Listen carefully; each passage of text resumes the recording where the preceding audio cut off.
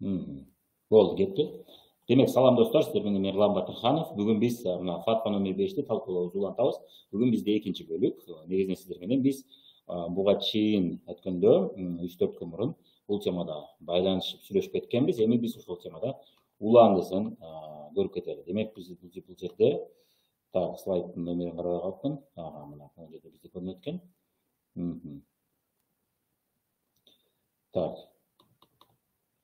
Биз андай эмесе улантабыз дагы да. Улантабыз. Биз сиздер менен гарар маселесин сүйлөшүп бүткөнбүз. Эми бизде негизинен кийинки слайдтар болуш керек болчу.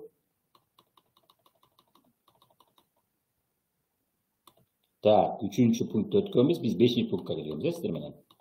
Өткөндө катышкандар плюс басып коюңуздар. Мен бир сыра көрүп алайын. Эгерде кимдир бирөө биринчи жолу катышып аткан болсо түшүнбөй калышыңыздар мүмкүн бул темада. Албетте түшүнбөй калышыңыздар мүмкүн, муну түшүнөбүз. Бирок бүгүн биз YouTube каналыбызга, Мирлан Батырханов Кырк деген каналыбызга ошол сабактын, өткөнкү сабактын записин киргизип койдук. Ошол себептен сиздер ошол записин көрсөңүздөр болот. Андай эмесе биз мына 5-чи пунктка келгенбиз, улантабыз анда. Бул вебинар комнатасын түшүнө албай кыйналып калдым бир аз. Күтүүсүз жерден анча-мынча кээ функциялар басып кетет. Макул. Кичинекей болуп калды, кийирээген болуп калды меники. Анда эмесе биз сиздер менен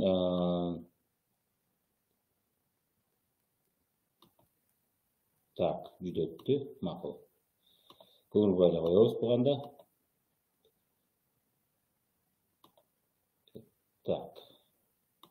Демек, 5-чи пункт жаңы кызматкерлерди тартуу үчүн жана ошондой эле жаңы кызматкерлердин кийинки кызматкерлерди тартуулары үчүн комиссионный алуу деп атат. Комиссионный алуу деп атат. Ошол комиссионныйды, демек, мен сиздер үчүн жакын кылып коеюн. Комиссионный алуу деп атат. Ошол акы үчүн алуу. Демек, биринчилердин комиссиясы тармактагы төмөнкү деңгээлге турган кызматкерлердин эсебинен камсыздалат деп атат. Бул ислам аалымдарынын пикиринде бирөөнүн менчигиндеги мүлктү адилетсиз жол менен тартып алуу деп атат. Адилетсиз жол менен менчиктеп алуу категориясына кирет. Жана анда аныкталбагандыктын элементтери бар.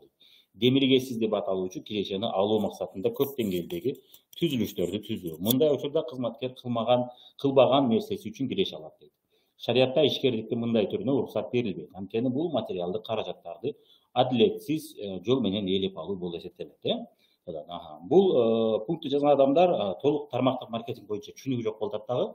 Ошол себептен бул адашуу болуп атат. Негизинен бул темада түшүнүгү жок адамдар фатва жазып коюшат. Азына көрөлү, мына бул жерде мен сиздерге далилдерди көрсөтүп берем. Биринчи эле момент бул жерде мына бул боюнча негизинен көп тармактуу уюм түзүү демилгеси болуп атат деп атат. Ошол бирөөнүн мүлкүн адилетсиз жол менен алуу деп атат, бирөөнүн акысын деп атат. Мүлкү эмес, акысын.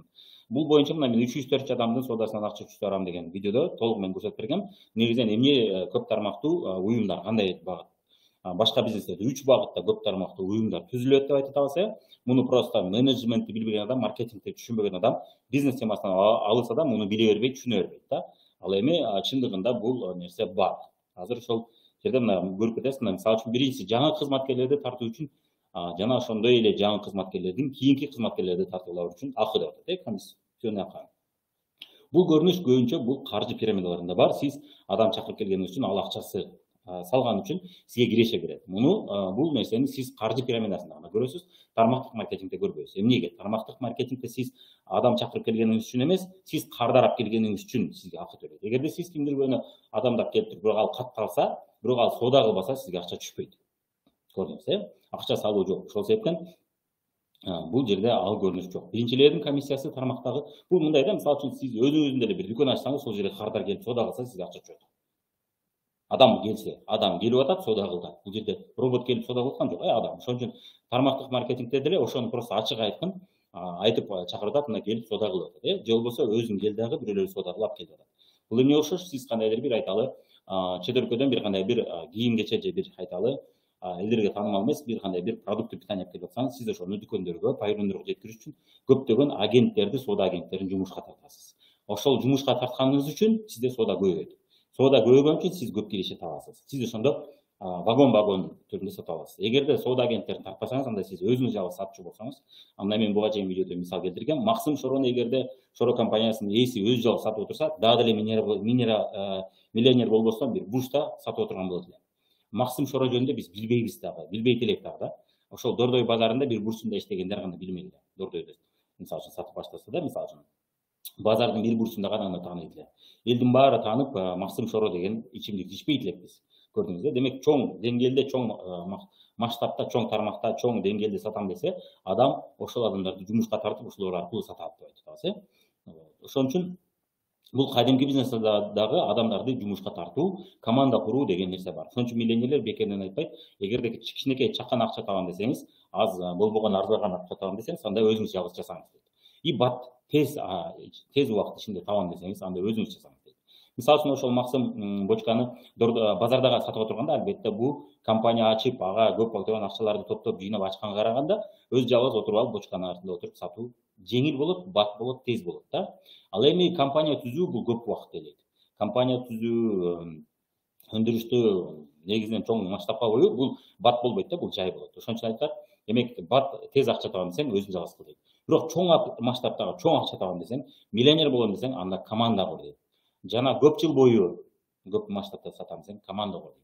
Адам чакыр деп атат, көрдүңүзбү? Команда бул адам аркылуу. Анан ошол команда аркылуу көптөгөн соода агенттерин ишке жумушка тартабыз. Ал соода агенттери алар өздөрү сатпайт, алар павильондор аркылуу сатат. Ошон үчүн көрдүңүз, Бул мына могул жерде сүрөттө көргөндөй директор, зам директор, старший менеджер, менеджер, рабочий, андан кийин кардарлар. Эң астында кардарлар. Ошо рабочийлерден колдон сатып атат. Ошон үчүн тармактык маркетингде кирешени компания төлөйт. Адам соода ишин уюштуруп бергени үчүн, кызмат үчүн төлөйт да. Ал адам чакырып келген үчүн, куру өзү үчүн төлөбөйт. Ошол адам келди, соода кылды, ошол сооданын эсебинен төлөйт. Ошон үчүн бул жерде бул сөз негизсиз болуп калат, бул сөз туура эмес болуп калат. Анда бул бардык бизнес системасын анда арам деш керек. Эмнеге дегенде көп тармактуу, уюмдуу, чоң бизнестердин баары түзөт. Демек, Максим Шоро компаниясы анда арам деп айтыш керек. Coca-Cola компаниясы арам, чоң бизнестердин бардыгы арам. Чоң бизнестерде иштебегиле жетекчи болбогула деген өкүм чыгаш керек, эгерде ушул сөзгө таянсак. Демек, биринчилердин комиссиясы тармактагы төмөнкү деңгээлде турган кызматкерлердин эсебинен камсыздалат. Бардык бизнесте ошондой. Бардык тармактарда ошондой. Сиз уюмдун жетекчиси болсоңуз, ошол уюмдун жетекчиси төмөн жактагы адамдар жумушта иштеген үчүн, ишин жакшы, жумушун жакшы кылган үчүн сизге киреше түшөт. Бул боюнча мен 3-4 адамдан киреше түшсө, арам деген Жубажы Рахматовдун сөзүнө жоопто айтып кеткен толугу менен. Бардык иште ушундай. Ал жерде 3 багытта акча түшөт деп көрсөткөнбүз. Биринчиси бул реклама тармагында реклама жасоо, экинчиси товарларды таратуу тармагында, бул базар аркылуу ортомчулар көптөгөн ортомчулар аркылуу, үчүнчү багыт бул чоң уюм түзүү аркылуу. 3 багытта ушундай уюм түзүлөт жана төмөнкү деңгээлдеги жумушу үчүн жогорку деңгээлдеги адамдарга түшөт. Жада калса чакан кичинекей бизнестерде дагы төмөнкү деңгээлдердеги адамдардын реклама боюнча ишинен ошол дүкөндүн ээсине акча түшөт. Ал реклама ишин жасабайт. Кардарлар өздөрү келип эле мактап өздөрү жасай берет деп айтып бергенбиз, Мына ошол боюнча толук көрүп кетсеңиз болот. Ошон үчүн бул негизсиз айыптоо. Фабрикте негизинен жогорудагы эмес, иштеген гана иштейт, Иштеген гана иштейт. Азырындан сүрөттө көрүп атабыз, видеодон көрүп аласыздар сиздер. Мирлан Батырханов 40 деген каналда тармактык маркетинг адал арам деген маселе боюнча плейлист бар өзүнчө. Ошол жерде ушул сыяктуу темада бүт видеолорубуз бар. Кудай буйрса, бул темалардын кыскача варианттары болот. Кыскача ар бир пунктты кыскача айтып кеткен. Ар бир пункттан жоопторду көрүп чыгасыздар. Жана толук 1 саат, 1,5 сааттык толук камдуу сабакты да көрө аласыздар. Демек, мына могул сүрөттө көрүп атасыздар. Айгүл мына айтып атасыз бир жакта мына кичине гана, мисалы үчүн Мединаны чакырып келди, мындан дагы бир 2-3 адам чакырып келди. 2-3 адам соода кылды, өзү үчүн соода кылды. Айгүлдүн мисалы үчүн оң жагында адамдын саны аз болуп атат да, сол жагында Медина деген күчтүү иштеп атат, ал жакшы деп атат. Айталы бир 20, 30, 50 кардар алып келди. Алар өзү үчүн ар кимиси 1000 сомдон, 2000 сомдон, 3000 сомдон соода кылып алышты. Алганда мына айталы кандай бир айталы Мединанын соодасы айталы бир 100 000 болду да. Айгүлдүн Мединадан тышкары жасаган соодасы айталы бир 5 000 болду дейли, же 10 000 болду дейли. Ошондо Мединага айталы ал көп соода кылган үчүн, көп кардар алып келген үчүн 10 000 сом киреше түшөт да, мисалы үчүн Айгүлгө 2 000 сом киреше түшүп калат. Ал жогоруда турса деле Айгүлгө аз киреше түшүп калат. Көрдүңүз, Тармактык маркетингде тескерисинче адилеттүү система. Сиз жогоруда турасызбы, төмөндө турасызбы, ким көп иштеген ошол көп киреше таба берет дагы, ким жогоруда турган, ал жогоруда турса дагы аз менет кылса аз киреше таба берет. Ошон үчүн бул айыптоо, бул негизсиз айыптоо болуп атат дагы. Бул адамдар тармактык маркетингди толук түшүнбөгөнүн көрсөткүчү болуп атат да. Так, кийинки момент мына дагы мисалдар, фабрикте жаңы адам катталбаса дагы, сода болуп турса, буга чейин да айтып кеттик, киреше түшө берет. Демек адам алып келген үчүн эмес, кардарлар сода алган үчүн төлөйт дегендин сиздерге мына далили да. Фабрикте содаңыз көбөйгөн сайын көбүрөөк пайыз төлөнөт. Бул маркетинг план, классикалык маркетинг план деп коет ушундай, негизинен көп эле маркетинг пландарда өзү сода көбөйгөн сайын сиз көбүрөөк киреше аласыз. Бизнестин мыйзамы ошондой, сода көп болгон сайын сиз бизнесте өзүңүздүн чыгашаларыңызды жакшыраак актайсыз. Буга чейин мен сулук салон мисалында да көтөрүп кеттим. Канчалык сода көп болгон сайын ошончолук көп бизнес өзүн өзү актайт жана сизге көбүрөөк киреше түшөт. Бул мыйзам.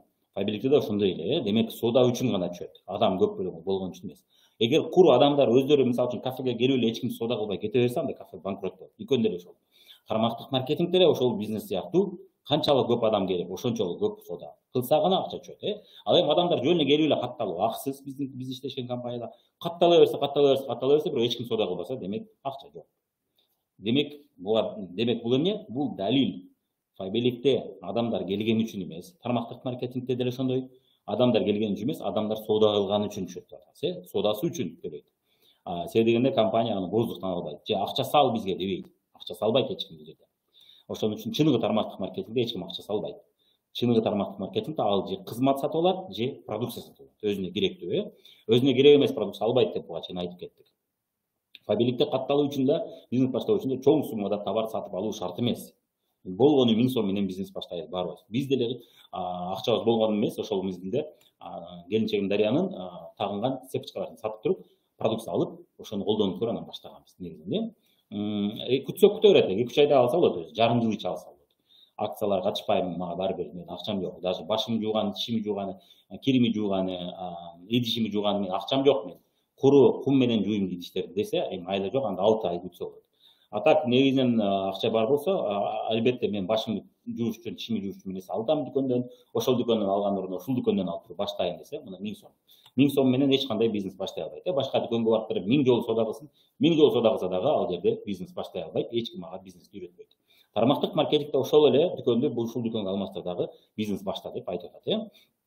Ошон үчүн чоң суммада товар алып барган үчүн адамдар, бул жерде адамдар адам алып келген үчүн эмес, кардар алып келген үчүн. Адамдар да келди, алар кардар болду, же адамдар катталды, же кардарга айланды, же болбосо бизнес куруучуга айланды, же болбосо алып сатарга айланды. Ушул үчөөнүн бирөөсү айланды, ошонун негизинде сода болуп атат. Бизнес куруучу көптөгөн кардарларды алып келди, сода болду, ошонун эсебинен төлөп атат. Ошон үчүн төмөнкүдөгүлөрдүн акысын эч ким алып аткан жок. Кызмат кылганы үчүн компания төлөп атат. Эч бир адам келип туруп, мен сен жогоруда турат экенсиң, менин акчамды ал дебейт. Компанияга түштү содадан, биз сода жасаттык. Бул сода агенттерине окшош иште, сода агенттер дагы компанияга сода алып кетет. Мисалы үчүн, ошо Шоро компаниясында деле Легенда, Байтек деген атактуу суулар павильондорго сода агенттери аркылуу болот.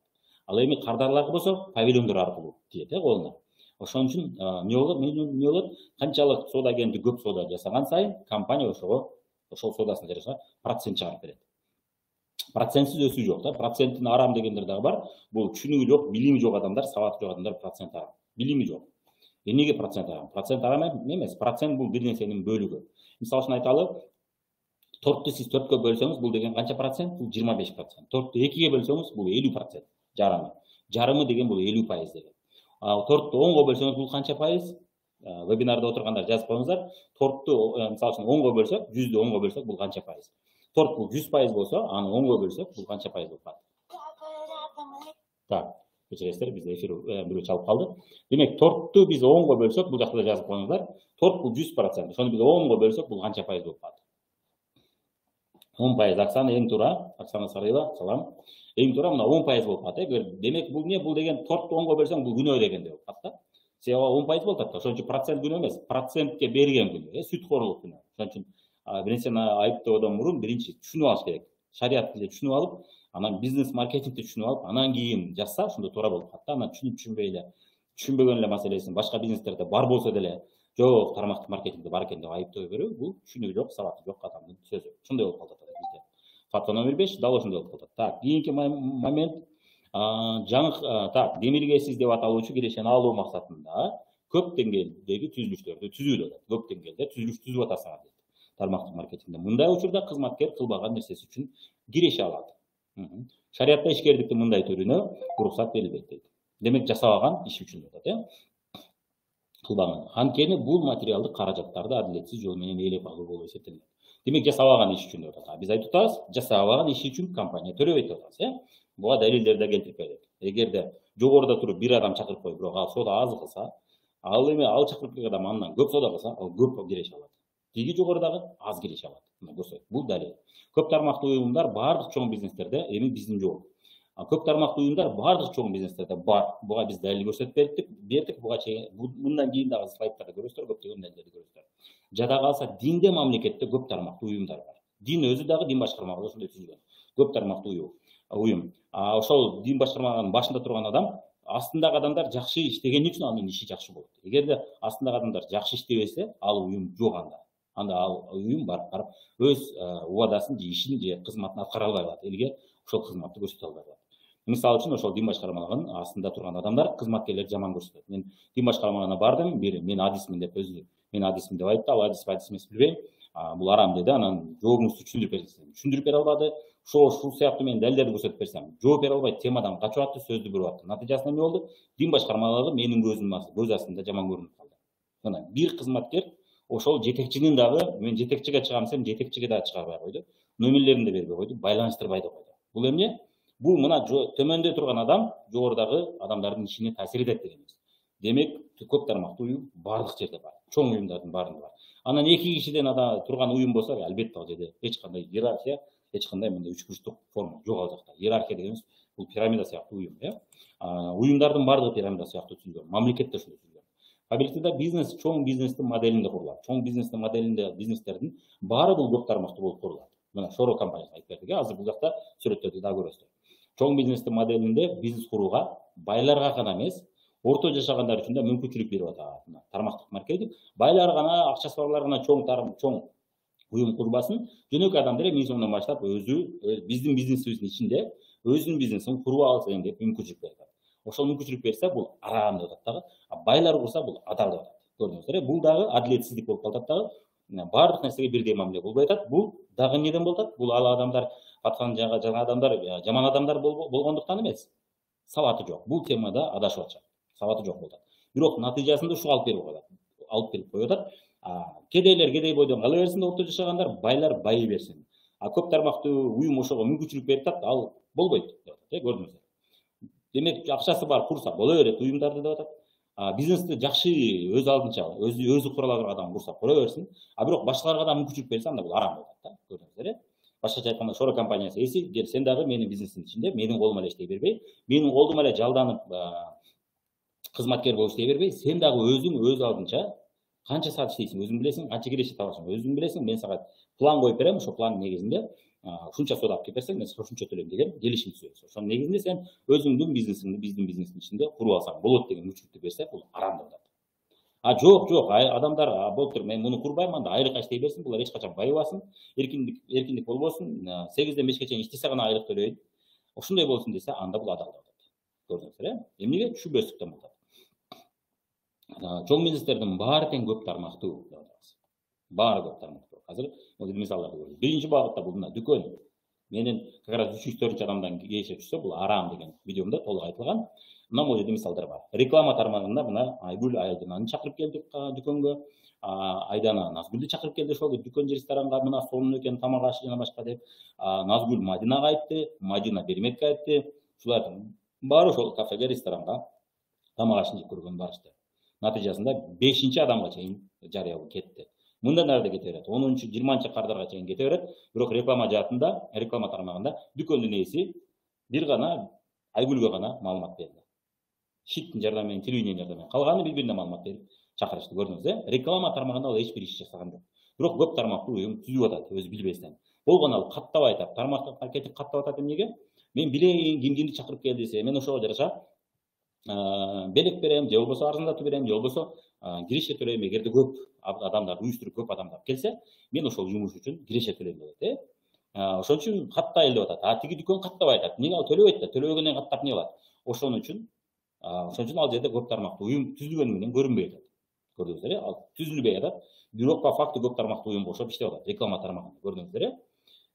Кийинки мисалда эми мына экинчи багытта мына Түркиядан оптом товар келди, Бишкектен бирөө алып келди, андан кийин Ошко бирөө алып келди ошол товарды, андан кийин Баткенге бирөө алып кетти, сатты, андан кийин Исфанага алып келди, Исфанадан элек алып келди, ушинтип бири-биринин колунан алып отуруп, чоң оптом, крупный оптом, андан орто оптом, андан кийин майда дүң баада мына ошондой содагерлер соода кылып атышат.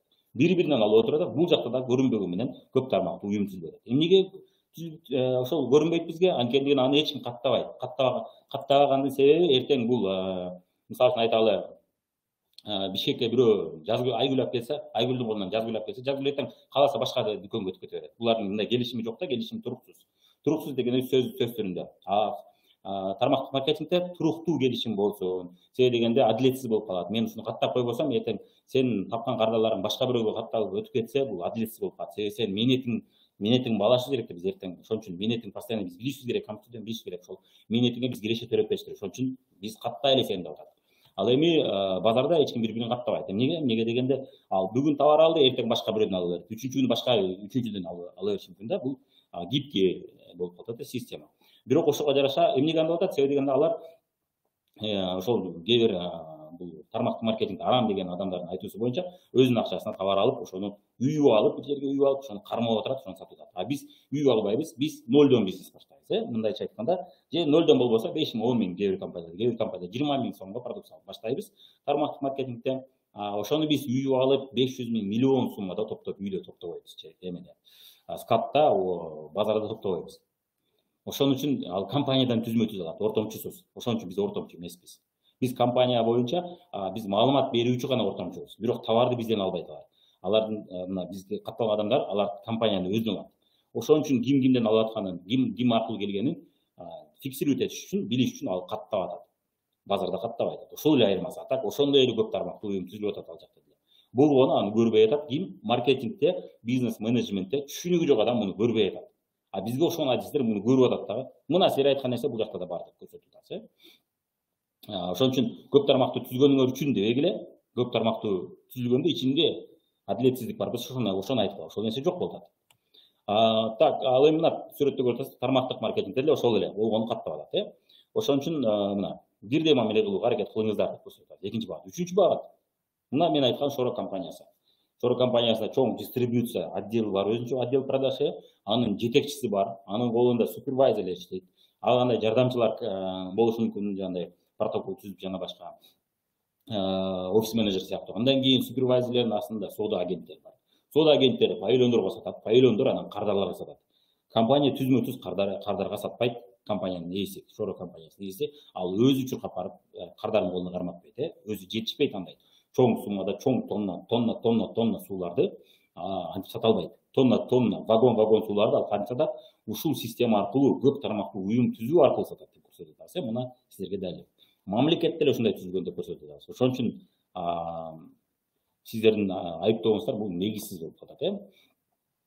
Эми Фабеликте эми жасабаган иши үчүн акы төлөп атат. Анда көп тармактуу уюм түзгөндөрдүн баардыгы жасабаган иши үчүн акы алат. Эгерде менеджмент жөнүндө билим болбосо, эгерде менеджмент жөнүндө түшүнүгү жок болсо, мисалы үчүн карапайым эле жөнөкөй жанагы курулушта иштеген адам эмне деп ойлойт? Менин жетекчим иштебей эле киреше таба алат деп ойлойт. Ошол деңгээлдеги ой жүгүртүү болуп атат. Мен жетекчим эч нерсе кылбайт, мен кечке үйдү салам, мен кечке курам деп атат. Жетекчинин кылган иштери ага көрүнбөйт. Эмнеге дегенде ал менеджмент илиминен алыс. Ал башкаруу бул өзүнчө жумуш, өзүнчө кесип экен. Аны өзүнчө үйрөнүш керек экен. Аны үйрөнүшүндө көп жылдар өзүнчө менеджмент деген илим жөндөн бар эмес. Көп жылдар окуш керек экен, көп жылдар аны практикада иштеш керек экен деп түшүнбөйт, билбейт. Ошол деңгээлдеги жазылган фат болуп калат азырчы. Мен ошону түшүнбөйм, мага барбыр, мен бирок арам дей берем деген көрүнүш болуп калат. Көрдүңүздөр? Эмнеге? Менеджмент илимин билбейт. Мына тармактык маркетингде менеджмент бар экен деп түшүнбөй атат. Тармактык маркетингде дагы еще как менеджмент бар. Эгерде менеджмент болбогондо мен бул ишти жасадым, колуман келбеди, жасай албадым дегендер болмок эмес. Эмнеге дегенде лидерлик үйрөнүш керек, менеджмент үйрөнүш керек, адамдардын психологиясын түшүнүшкө үйрөнүш керек. Адамдардын психологиясын эмне максатта? Өзүн өзү башкара билиш үчүн, Бирөөлөргө өзүнө ишенбей атканда жардам бере билиш үчүн. бирөөлөр кыйчылыкка чыдабай сынып калып атканда ошолорго жардам бере билишкен. Кардардын психологиясын түшүнө билишкен. Кардардын психологиясы эмне максатта? Ошого кандай суроолорду берсем мени жакшыраак түшүнөт, кандай жооп берсем мени жакшыраак угат, кандай жакшы түшүндүрсөм мени жакшыраак түшүнөт. Ошонун баары бул үйрөнүш керек. Бул дагы өзүнчө илим. Буга да биз окутабыз, буга да биз бекеринен менин каналымда бир 500ге жакын сабактар бар. Бекеринен таткан жокмун, бекерчиликтен эмне кылышым билбейм деген эмес. Көпчүлүк менин колуман келбей атат, жасай албай атам дегендер ошол видеону көрдүң десем, көбү көрбөгөн болот. Анан көргөндөрдүн ичинде жасадым десем, жасабагандар болот. Жасагандардын арасында күнүмдүк иш кылып катары практика жасап атасың десем, жок, жасабай атам деп чыгат. То есть бирде жасап, бирде жасабат, ойноп атам дейт. Бекеринен эмес да, бул көрдүңүз, ошон үчүн мээнети үчүн гана төлөйт, ал жөн эле үстүндө турган үчүн төлөбөйт. Бирок фатваны жазгандар менимче билишпейт окшойт. Билбейм, аны өздөрү жооп береттир. Так, анда кийинки момент, же болбосо мен жакшы түшүнбөй атам бул фатваны. Түшүндүрө алган эмесмин, билбейм. Бирок түшүнүшүмчө мына ушул көрүнүш болуп атат да. Мындай учурда кызматкер кылбаган нерсеси үчүн киреше алат деп атат, Фаберликте жогоруда эмес, иштеген гана иштейт деп атат. Ал эми тармактык маркетингге жооп берчү болсом, тармактык маркетингде маркетинг пландардын түрлөрү көп. Ошон үчүн мен ар бири боюнча жооп берип отурбайын, сабагыбыз узарып кетет. Аны мисалы үчүн бинардык маркетинг планды жакшы. Бинардык маркетинг планында түрлөрү көп да. Жакшы билген адам бул боюнча жооп бергиси келсе жооп береттир. Мен ага жооп берип отурбайын. Кимге бинардык маркетинг план боюнча керек болсо жооп бериңиздер. Мен классикалык маркетингге жооп бере алам, себеби мен бул системаны толук билем. Бинардыкты деле билем. Болгону мен аны түшүндүрүп отурсам, көп убакыт анын үстүнө иштешим керек. Так, негизги нерсе, так, дагы эми 6 пункт. 6 пунктка өттүк, 2 пункт. Демек көрдүк, 5 пункт боюнча мына негизинен көп тармактуу уюм түзүп атасыңар, ошон үчүн жогорудагылар иштебеген жасабаган иши үчүн алып калып атат киреше. Бул адилетсиз атат. Биз көрсөттүк, иштебеген иши үчүн эмес, соодасы үчүн, уюштурган иши үчүн. Уюштуруучу бул дагы өзүнчө иш, бул дагы өзүнчө жумуш. Бекеринен ивент менеджер деген кесип жок. Ивент менеджер бул ким? Сиздин тоюңузду келип уюштуруп берет. Акчасын алып, кызматын алып уюштуруп берет. Бекеринен ал кесип жок. Уюштуруу бул дагы өзүнчө иш. Биз дагы ошондой уюштуруучубуз. Биз жөн эле чакырып коюп карап отурсак, адамдар өздөрү иштей берсе, анда бул бейиш болуп калмак, анда келгендин баары эле байып кетмек да. Жок, келгендин баары байыбай атат. Эмнеге? Иштеген гана байып атат. Ошону түшүнбөгөндөр жазып койгонбу, билбейм.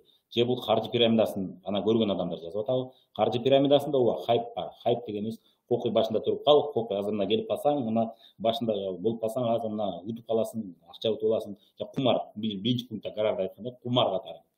Келип башында турган үчүн адамдар чакырса эле келе берген үчүн, эми башында тургусу келет да баары.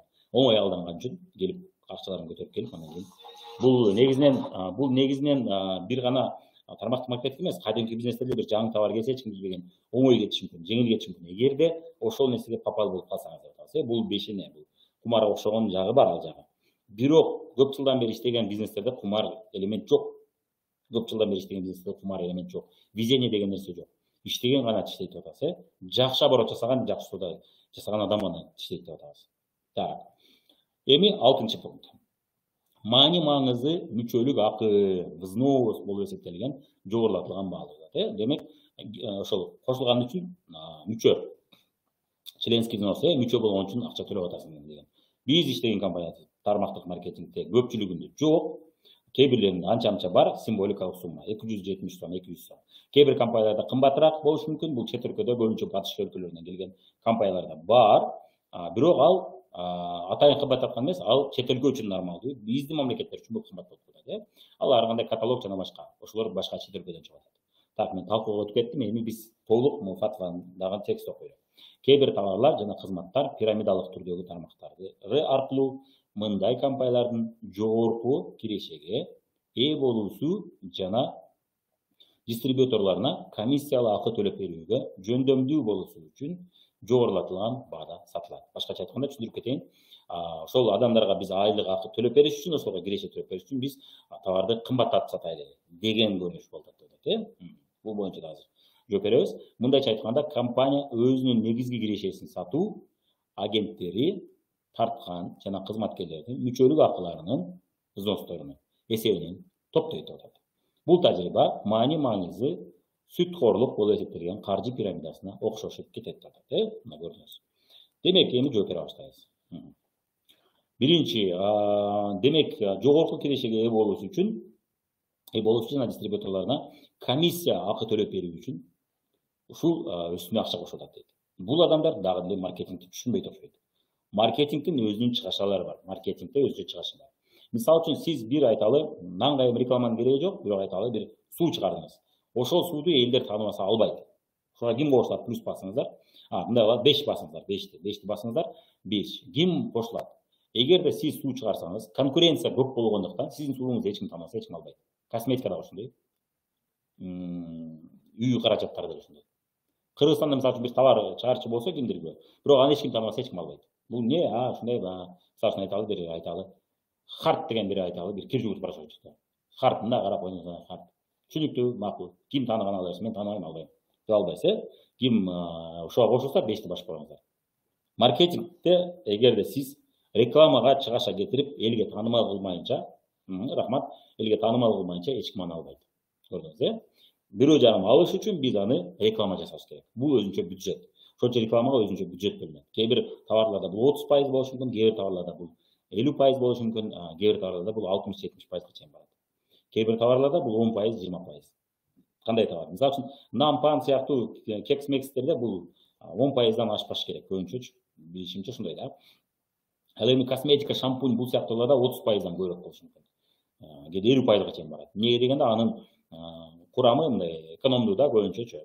Экономдуу курамдары болот, ошондой. Негизинен ошол бир сиз алып аткан баанын бир жарымы бул заводдон чыккан баа да. Анан жеткирип берген баа ошондой. Сизге сиздин шаарыңызга чейин жеткирип берген баа. Жарымы бул маркетингке кеткен чыгаша да, примерно ошондой. Муну билбейт окшойт бул адамдарчы. Дагы деле эмнеге маркетинг темасында иштебеген бул адамдар, түшүнөм аларды. Маркетингке өзүнчө чыгаша болот. Ошол чыгашаны кадимки линейный маркетинг башкача иштейт, тармактык маркетинг башкача иштейт. Бул боюнча да кийинки слайдта да көрүп кетебиз. Ошол чыгашаны үнөмдөп туруп бизге реклама ишибизге төлөп жатат. Ошону бул жерде жазган адамдар түшүнбөй атат. Эми мүчөлүк взнос деп атат. Мүчөлүк взнос жок бул жерде. Биз иштешкен компанияда мүчөлүк взнос такыр жок бийликте. Сен катталган чүчүчө төлө дебейбиз. Эмнеге дегенде каталог колуна бербейбиз. Каталогду каалаган адам өзү сатып алат.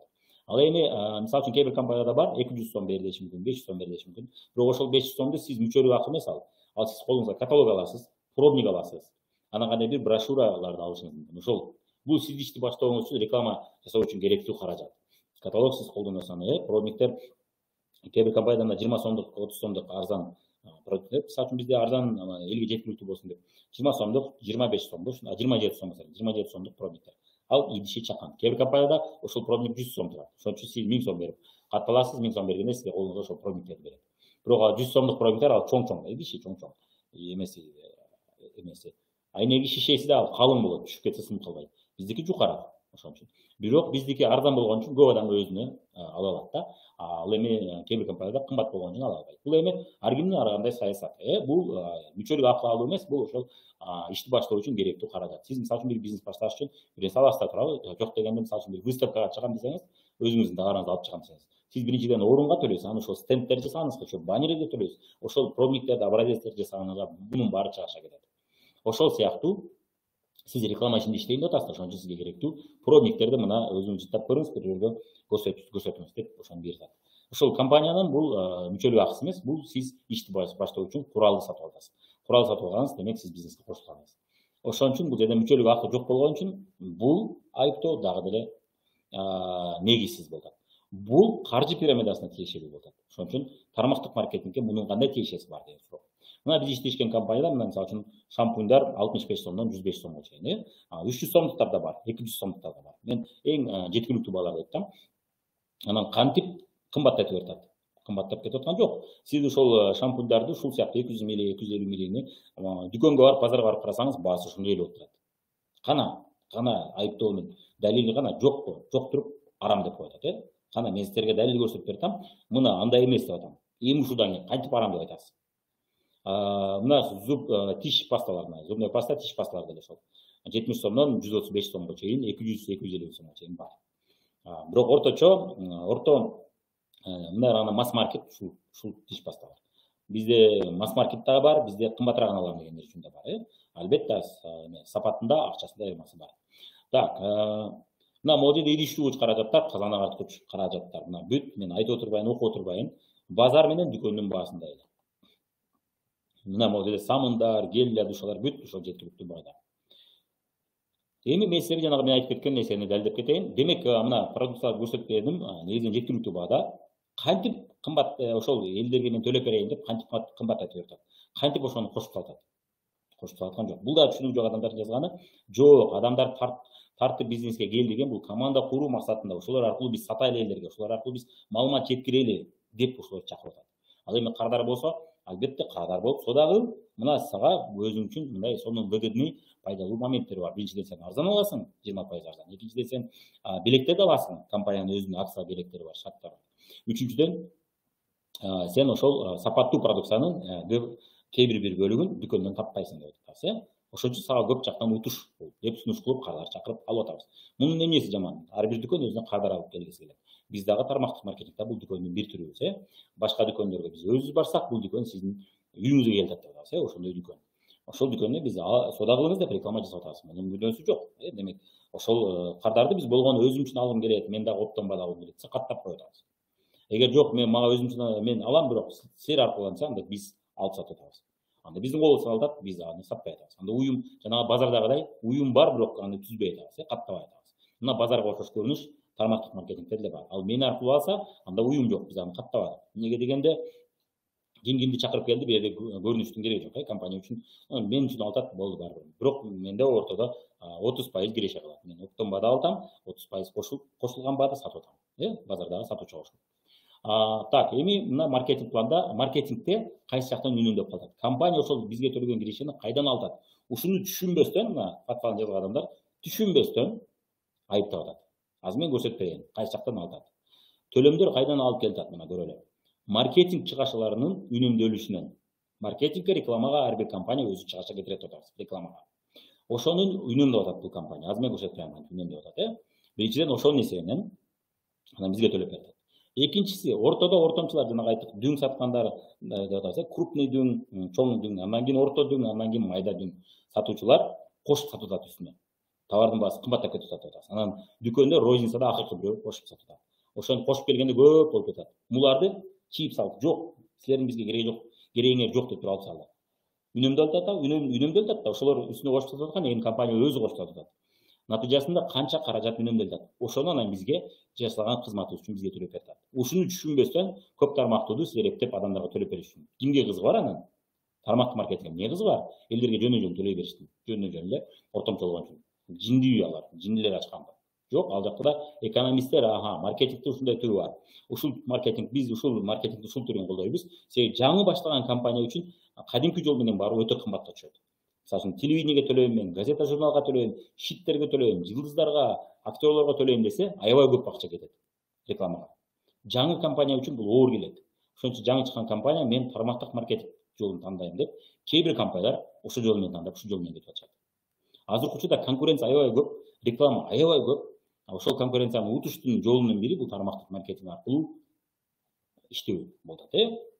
Дагы бир утуштардын бири бул интернет рекламасын көп жасоо болуп атат. Мына могу сүрөттө көрүп атабыз, мына дүкөндө мына Айгүл, Айданага айтты, жана биз айттык, дүкөндө товарды мактап, Назгүлгө айтты, Мадинага айтты, Берметке айтты. Булар ансыз деле бул ишти жасап атат. Ансыз деле бул реклама ишин жасап атышат. Тармактык маркетинг ошол реклама жасаганыңыз үчүн ооздеки бири-бириңиздерге айтып бергениңиздер үчүн мен акча киреше төлөйм деп атат. Ушуну акчаны кайдан алат деген суроо. Кадимки дүкөндөр чөнтөгүнө салып коюп атат. Же болбосо чөнтөгүнө бир бөлүгүн салып коюп атат дагы, кардарлар бекер акысыз иштеп берет. Чөнтөгүнө салып коюп атат да, бир бөлүгүн анан ММКга иштетип атат. ММК деген бул эмне? Бул массалык маалымат каражаттары. Телевидение, шит, газеталар, журналдар жана башка, булардын баары интернет баракчалары, YouTube каналдар, булардын баары бул эмне? Бул массалык маалымат каражаттары. Кимдин көрүүчүсү, подписчиги аябай көп болсо, көрүүчүлөрү, угармандары, ошол радио же телевидение аркылуу көбүрөөк жарыя жасаганга аракет кылышат. Бирок заман өзгөрүп атат, мурункудай телевидение аркылуу реклама жасоо аз болуп калды дагы, эми аз болуп калгандыктан интернетке өтүп кетти, жана актер, жана жылдыздарга өтүп кетти, блогерлер.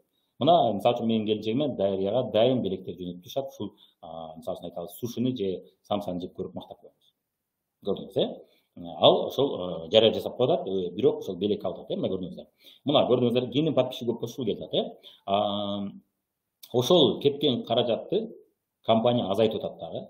Ошол блогердин ордуна көпчүлүк адам, бир блогер албасын, көпчүлүк адам алсын деп атат. Ошол жака кеткен киреше чыгашаны бул жака кардарларга жөнөтүп атат. Бир актер, блогер эле бай бербесин, телевидение эле бай бербесин, жана башкалар эле бай бербесин. Биз булар менен иштейли атат. Себеби кардарлар бизге акча кайдан чыгат? Кардардан чыгат. Ошо кардарлардын арасында мен реклама ишин жасап иштейм, өзүмө продукциямды акысыз кылып алайын же арзан кылып алайын десе, кошумча иштесин деп мүмкүнчүлүк берет. Анан барып бул уже чоң бизнес айданда. Эми эмнеге ал жолду тандап атат? Жөн эле эми элдерге пайда болсун дебейт да, любой компания кирешени мен көбүрөөк табайын, чыгышын азыраак жасайын дейт. Телевидение учурунда аны эч ким эсептей албайт деп айтып атабыз. Эсептей албайт. Телевидениеде сиз канча адам көрдү, анан канча адам өз үчүн алды эсептей албайсыз. Эсептеш кыйын да муну. И канча адам ошол көргөндөн кийин бизге кайрылды. Эсептей албайт аны. Радиодо эсептей албайт.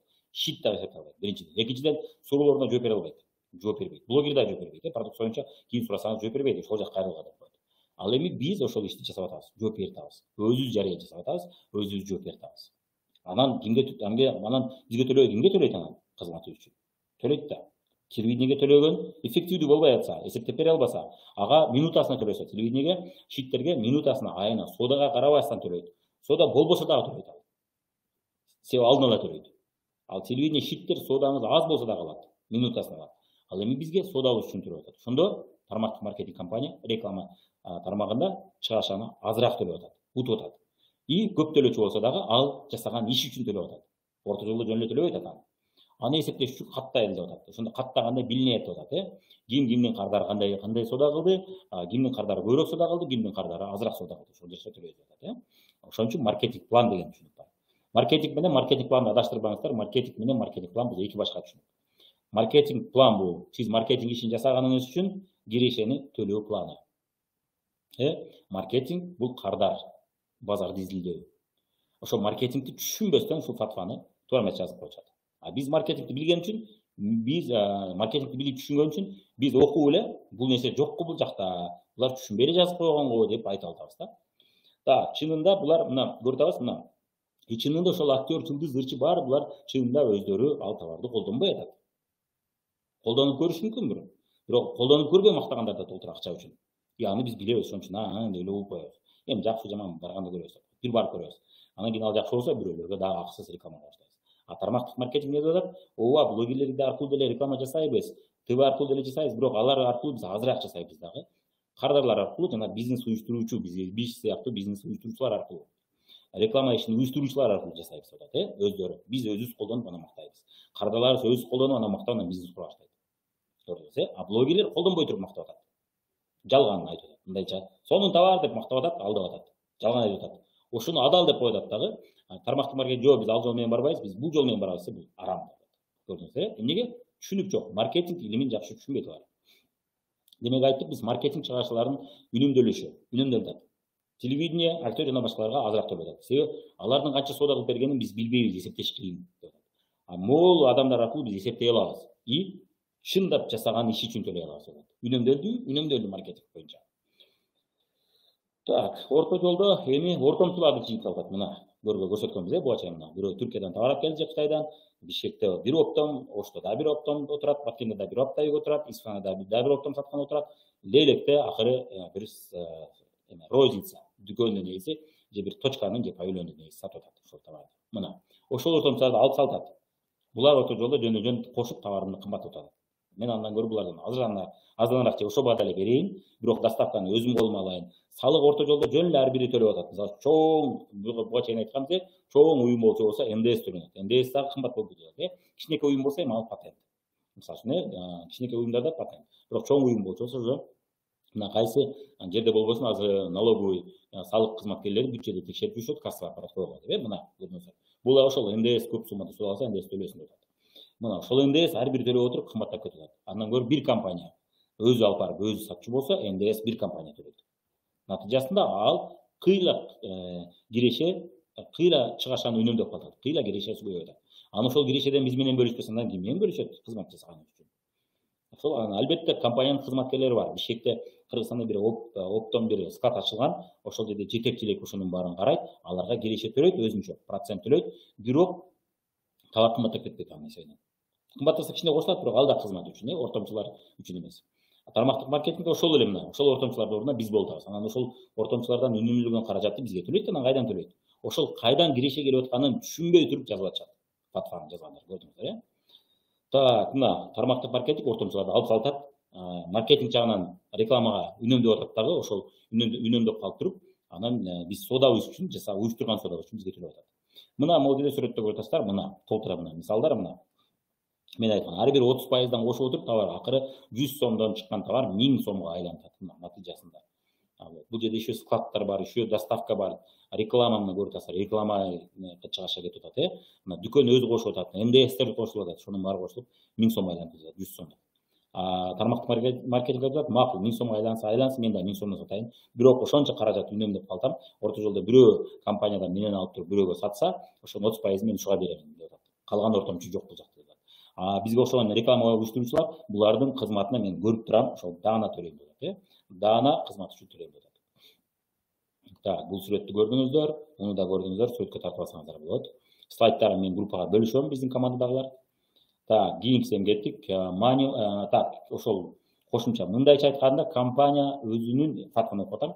Мындайча айтканда, компания өзүнүн негизги кирешесин сатуу агенттери тарткан жаңы кызматкерлердин мүчөлүк акыларын эсебинен токтотот. Жок, адашуу. Мындай эмес, адаштыңар. Мен көрсөтүп бердим, э? Ошол взнос төлөгөн үчүн эмес, соода кылган үчүн төлөп атат. Бул кадимки бизнестердегидей болуп атат. Бул тажрыйба маани маңызы сүткорлук кылып эсептелген каржы пирамидасына окшош кетет. Сүткорлук же риба жок экенин буга чейин экинчи пунктта да далилдеп бердим. Бул жерде да далилдеп бердим. Сүткорлук бул жерде жок.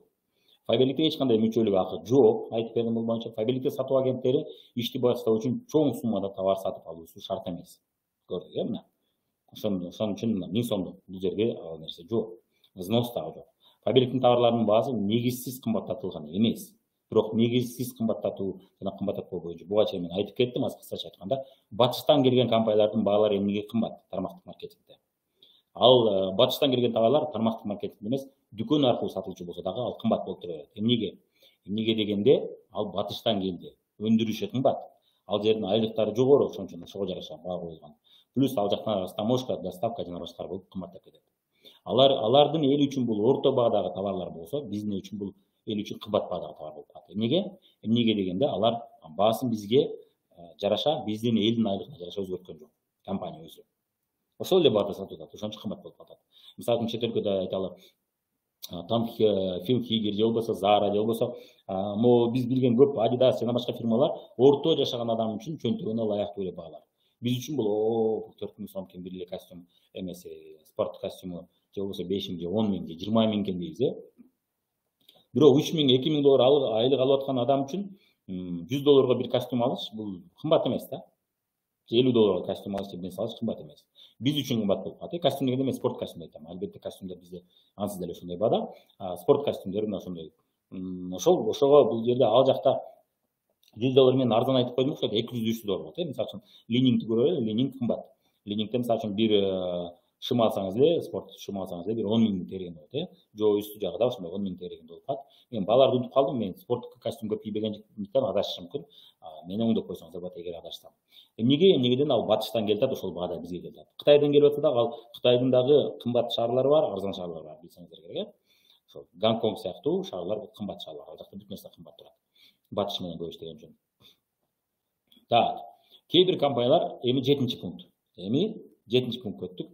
Кээ бир компаниялар албетте бар эмес, жарыя кылган сапатына ылайык келбеген товарларды сунуш кылат деп атат, э? Бул жерде кээ бирлер деп атат. Эми туура айтып атат. Арасында бар.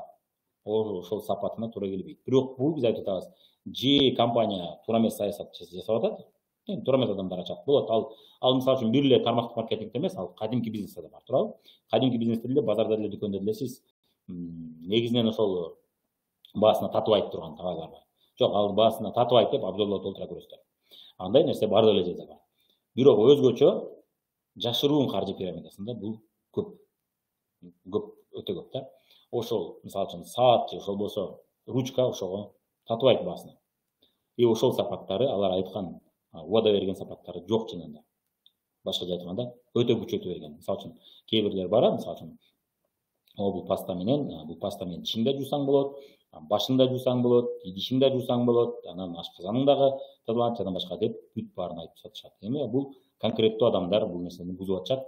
панацея десек болезнь жасап салышат. Балким ошол сапаты бардыр, кээ бир учурда жоктур ошону айтып атышат.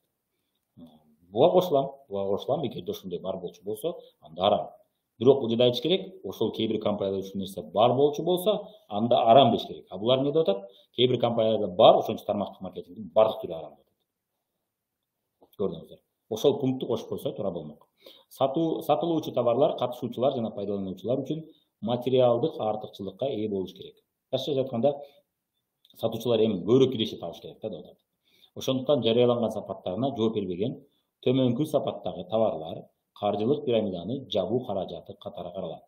Туура, кошулам. Жашыруун каржы пирамидалары ошол шылтоо катары же өзүнүн пирамида экенин жабыш үчүн киргизип атат. Тармактык маркетингде тармак жана мүчөлүк чыгымдардан жогорку кирешени табууга жөндөмдүү болуп корулат. Башкача айтканда, ошол иштегендер жогорку кирешени табыш үчүн кылат. Буга кошулбайбы? Эмнеге дегенде сиз фабрикте, мисалы үчүн иштеген компанияда 3 ай иштеп бир да киреше таппашыңыз мүмкүн. Же аз киреше табышыңыз мүмкүн. Эмнеге? Соодаңыз аз.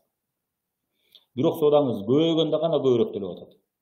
Бул кадимки бизнеске окшош. Кадимки бизнесте билесиз, кардарыңыз көбөйгөндө гана аренданы актайт, кардарыңыз көбөйгөндө, соодаңыз көбөйгөндө гана сиз көптөгөн жумушчулардын айлыгын актайсыз и салык жана башка чыгышларыңызды актайсыз. Анан кирешеге чыга баштайсыз. Бул бизнестин мыйзамы. Жогорулатылган акча жөн эле тармактык маркетингге келип калган үчүн түшпөйт. Өтө көп мээнет жасаган үчүн, чоң деңгээлде, чоң масштабта адамдарды уюштура билген үчүн, чоң масштабта кардарлар менен иштей алган үчүн соодан көбөйөт, кирешең түшөт. Буга кошулбайбы? Ошондуктан аларга жаңы кардарларды жана агенттерди тартуу максатында товардын сапатын кооз кылып көрсөтүүгө туура келет дейт.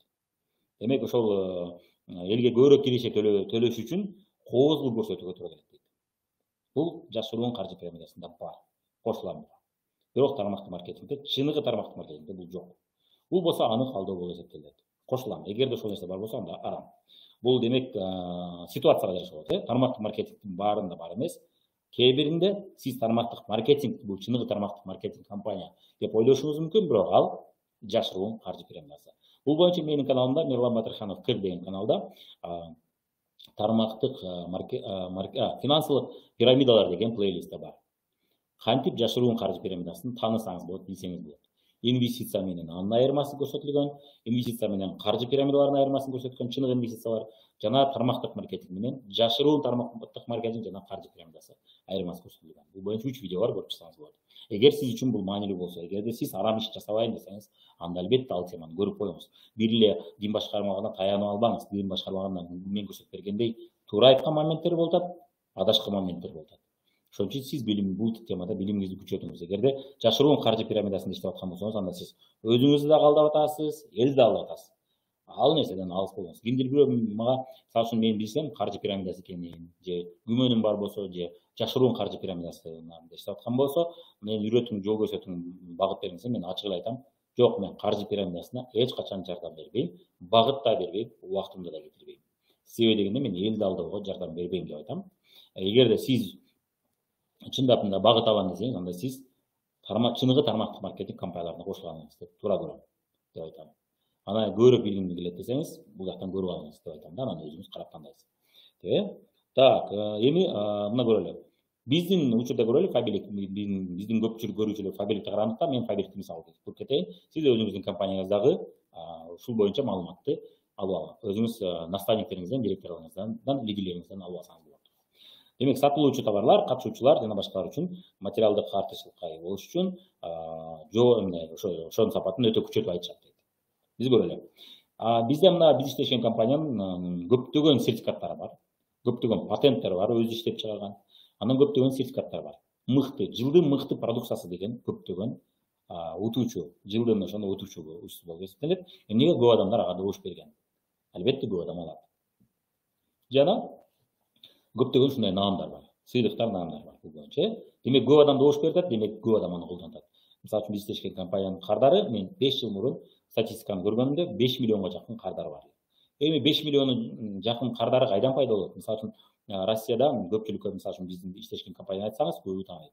Колдонуп көргөндөр арасында мага жакты дегендер бар, жакпады, туура келбеди дегендер да бар. Бул нормалдуу көрүнүш. Компания канчалык атактуу болгон сайын, ошончолук аны жактыргандар да болот, жактырбагандар да болот. Туура келбегендер болот. Кээде арасында бир 30-40% мындай чукуп изилдеп көрсөк, туура эмес колдонулган болот, туура эмес маалымат берген болот. Ал башка нерсени күткөн болот, сатуучу ага түшүндүрүп, анын күткөнүн сурап билбей эле берип койгон болот. Ушундай болуп калат. Же туура эмес колдонгон, же туура эмес саткан учурлар болуп калат. Же болбосо, мисалы үчүн менде болгон бир учур, жакында эле болду. Кир жуугуч порошогуңар силердики жакпады мага дейт. Эмнеге жакпады десем, ал дакты кетирбейт экен дейт. Мен айттым, сизге ким дакты кетирет деп айттым. Эсе эч ким айтпады. Кайдан алдыңыз эле аны ойду десем. Жок, ошентип ойлоп алыптым дейт. Бул туура айтасыз, бул кир жуугуч порошогу дакты кетирбейт өзү дедим. Анын үчүн өзүнчө дакты кетирүүчү өзүнчө порошок бар. Аны сиз каалаган убакта кошуп коесуз. Эгерде кир жуугуч порошокко ал дак кетирүүчү каражатты кошуп койсо, анда ал кир жуугуч порошок кымбаттап кетет. Сизге кымбат, ашыкча эле жөндөн чыгымдын эмне кереги бар? Сизге керек учурда кошуп койгону сизге үнөмдүү болот. Керек эмес учурда жөнөкөй салыштырмалуу арзаныраак порошок колдоносуз сатып десем, түшүнбөйт. Мына ушул учурлар көп да, ошол сыяктуу жактырбагандар болот сөзсүз түрдө. Бирок көпчүлүк адамдар мына ошо жактырган үчүн ошо 5 миллионго жакын кардар бар. Сапаты эгерде күчөтүлүп айтып, элди алдаган компанияларды көрүп жүрөбүз. Бар, жанагы мен айткан жашыруун каржы пирамида бар. Алар бат эле элдер түшүнүп албай коюшат. Элдер деле жинди эмес да, жөн ала бербейт. Барып өтө мындай өтө эле алдап күчөтүп салып деп ошо элдер албай калат дагы. Себеби дегенде конкуренттер да жөн отурбайт. Конкуренттер ошондой момент болчу болсо айтат. Сен жөндөн акча төлөп атасың деп. Мисалы үчүн мен батыштын компаниялары боюнча эле айтам, баарында эмес, бирок көпчүлүгүндө биз иштешкен компанияда ошолго жакын сапатты сунуш кылат. Акча төлөп эмне кыласың деп эле айтабыз. Ошон үчүн жөн эгер алдап сатып аткан болсо, ал убактылуу.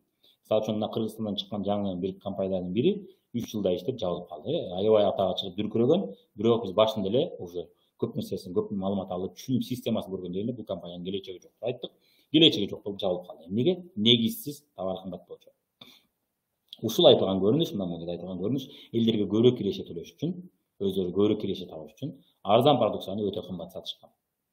Натыйжасында кардар болгон жок. Натыйжасында баары бизнес үчүн гана товарды алып коюшту. Бирок чыныгы кардар болгон жок. Чыныгы колдонуучу болгон жок. Эмнеге дегенде, ошол баага анын сапаты татыбайт. Ошол негизинен жабылып калды. Мына бул жашыруун каржы пирамидасынын мисалы. Ошол сыяктуу мына биз иштешкен компанияда ал көрүнүш жок. Кийинки нерсе мына халал ICO, GMP сертификаттары бүт бар. Анан жаныбарларда текшерүү жүргүзүлбөйт, же не испытывается на животных деген сертификат, not tested on animals деген сертификат. Мына ушул сыяктуу сертификаттар бар, бул дагы сапатын көрсөткүчү. ICO, GMP жөн эле ала бербейт, жөн эле берилбейт. Халал боюнча суроолор болушу мүмкүн, бирок халал боюнча бизде атайын комиссия түзүлгөн, именно ушу иштегендер, анан кардарлардан турган комиссия бар. Ушул темада жакшы билем. Мисалы үчүн биздин командадан Тося Маматова ошол комиссиянын мүчөсү. Бул халал сертификаты, продукцияга халал сертификаты боюнча. Көптөгөн сертификаттар мыкты булар боюнча бар. Мына далилин көрсөтүп атам сүрөтү менен. Так, андан кийинкиси. Фабриктин продукциясына иштебесе дагы өзү үчүн сатып алгандардын саны аябай көп. Башкача айтканда, иштебесе деле мен өзүм үчүн алайын деген адамдардын саны аябай көп. Бул эмнени көрсөткүчү? Демек, ал продукция жалган жол менен сатылып аткан жок, ал продукцияны чындап жактырып, өзү үчүн көп жылдан бери алып аткандар бар. Компания 23 жылдан бери иштейт, 23 жылдан бери менимче алдаса, алдаганы билинип, уже элдер билип калмак. Ал алдайт, ал товар андай татыбайт ал акчасына деген нерсе элдин оозунда тарамак.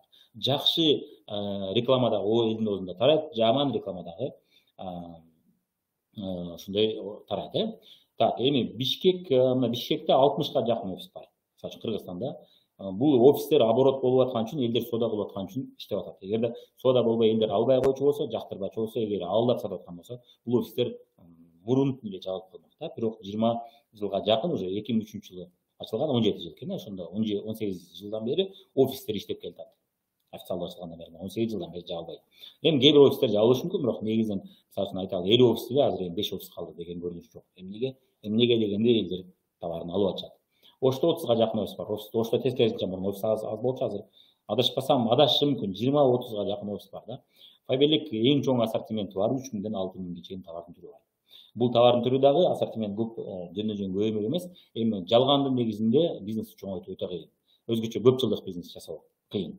Убактынча элди алдашы мүмкүн, элдер жинди эмес да, убактынча алданып калышы мүмкүн, анан кийин алданганын түшүнгөндөн кийин болду, экинчи албайм деп, ал компания уже келечеги жок болуп жабылып калмак. Ошол көрүнүш жок. Тармактык маркетингде мындай компаниялар аябай көп.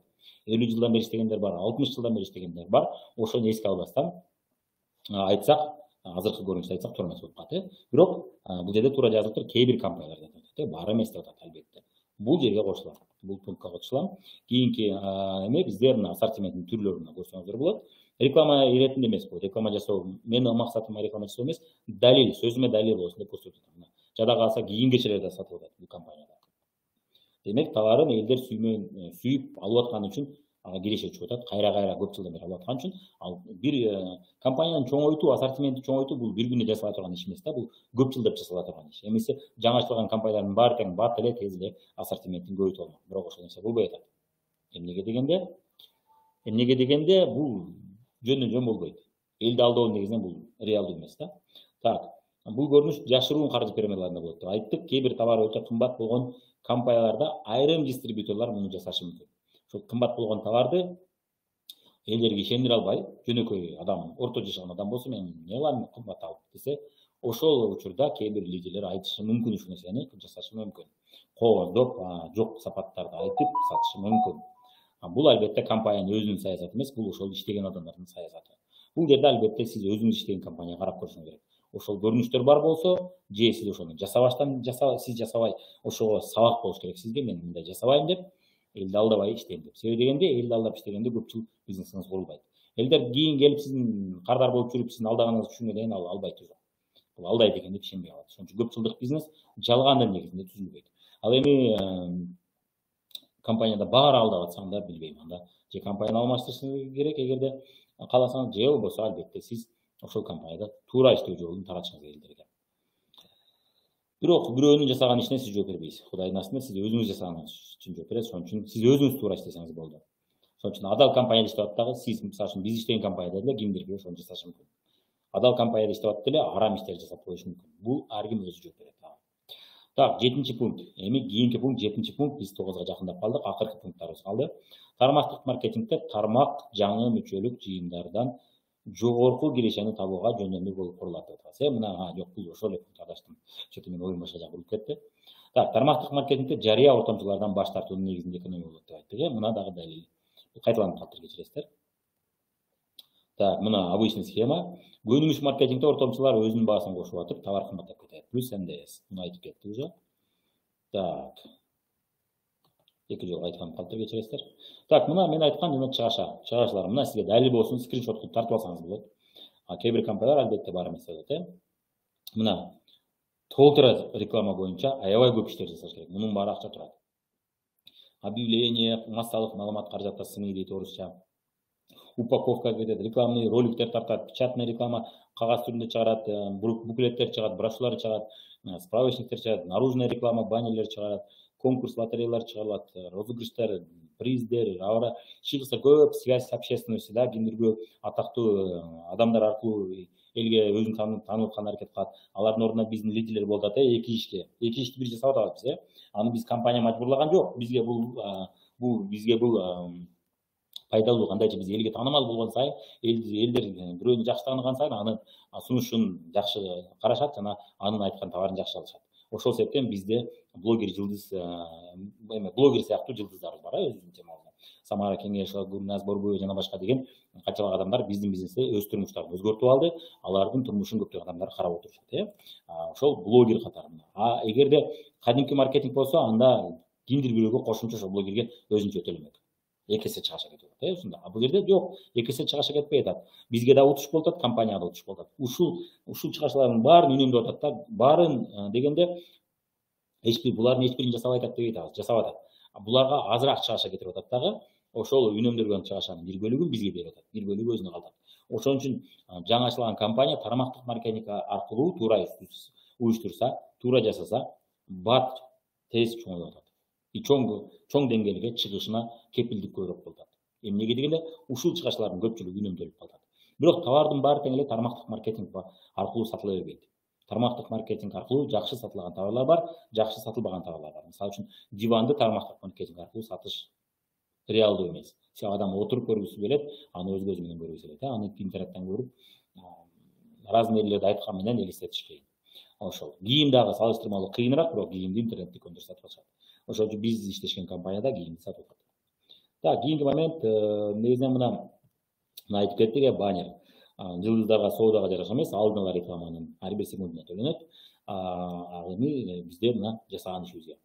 Бардык маркетинг колдонгон бизнестер, демек азыркы сөзгө таянчу болсок, мына фатва номер 5теги кээ бир моменттерге таянчу болсок, анда маркетинг колдонгон бизнестердин бардыгы арам. Неге дегенде, ошол маркетингке чыгашаны ыкташ үчүн үстүнө кошуп атат акча. Ушуну айтып атат да, мына адамдарга төлөп бериш үчүн. Ал адамдар жөн төлөп бербейт, алар маркетинг ишин жасаган үчүн, реклама ишин жасаган үчүн төлөп атат. Бир жактан алып, экинчи жактан алып туруп, ошол жасаган иштерине төлөп атат. Аны асмандан же кардардан алып аткан жок аны.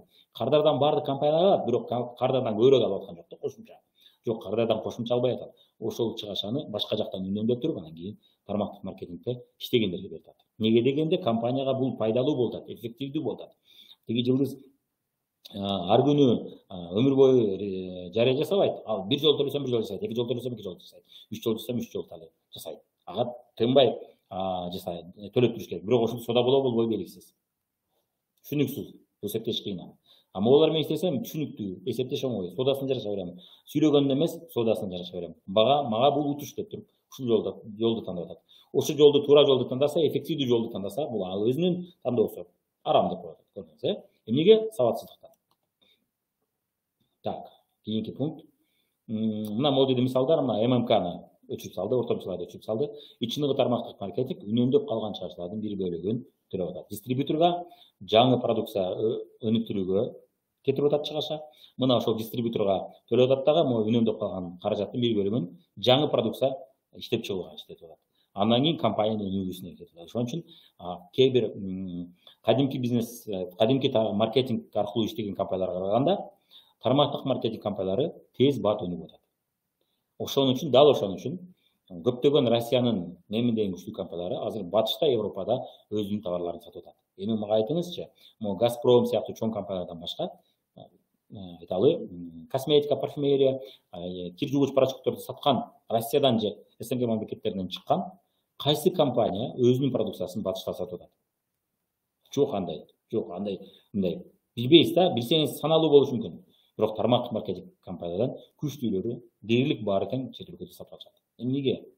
Эмнеге дегенде, тармактык маркетингдин өзүнүн күчтүү тараптары бар. Базарды ээлөөдө. Ошон үчүн алар тармактык маркетинг жолун тапкан, туура көргөн. Эффективдүү деп, чоң өлкөдө. Россияда азыркы учурда Россиянын эң чоң парфюмерия, косметика, парфюмерия саткан компаниясы бул Фаберлик иштешкен. Башка бир дагы Россиянын косметика, парфюмерия саткан компаниясы дүйнөлүк топ 100дө жок. Базардан сатылган, базар аркылуу сатылгандар, дүкөн аркылуу сатылгандар бирөөсү да жок.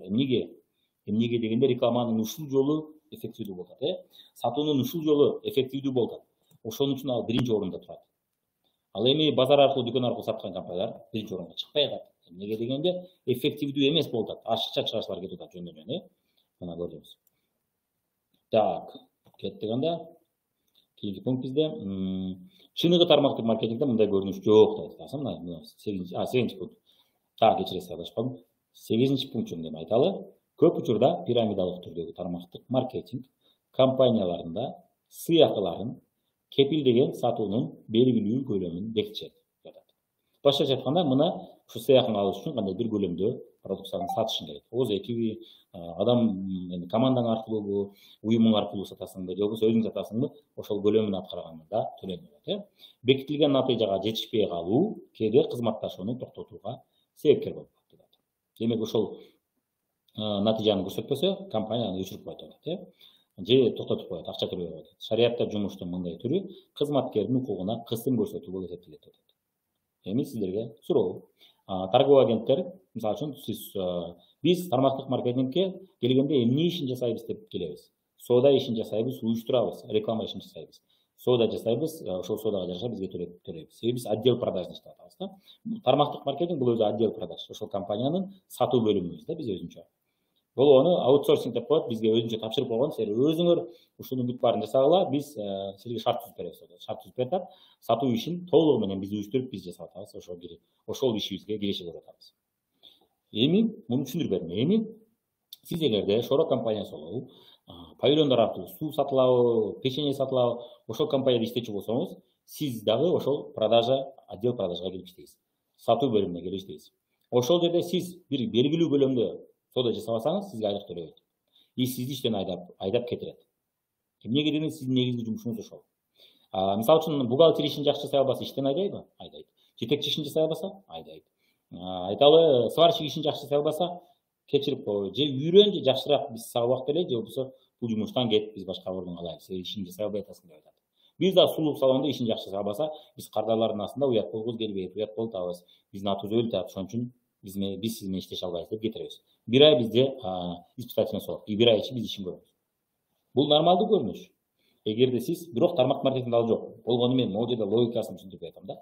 Бул адамдар бизнес темасында жок, бул түшүнбөйт окшойт деп атам. Мына ошону көрсөтүп атам силерге. Мына түшүнбөгөнүн дагы бир көрсөткүчү. Эгерде адам ишин жакшы жасай албаса, аны кетирбей эмне кылат анан?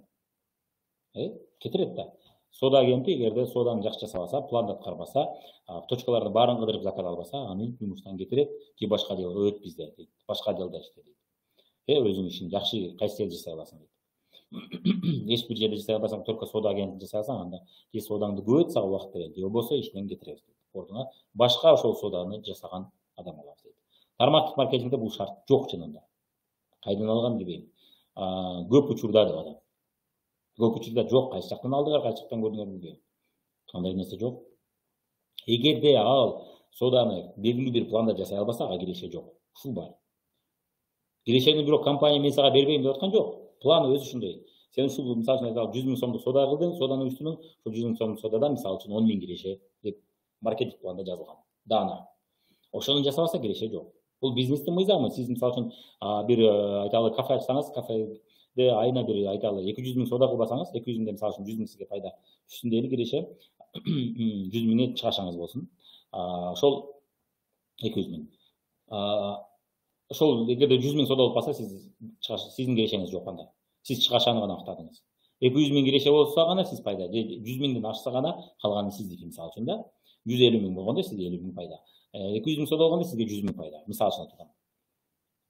Бул бизнестин мыйзамы ошондой. Аны тармактык маркетинг компания өзү мен сага төлөйм деп аткан жок. Же болбосо болду биз сени кетиребиз деген тармактык маркетингде такыр жок андай. Сен иштебей атасың, биз сени кетиребиз деген жок андай. Бирок ал адам 1 жыл ичи биздин иштешкен компанияда бир да продукция албаса, анда чүнүктүү, анда сиз кардар эмес кезде өчүрүп коесуз. Өчүрүп коет.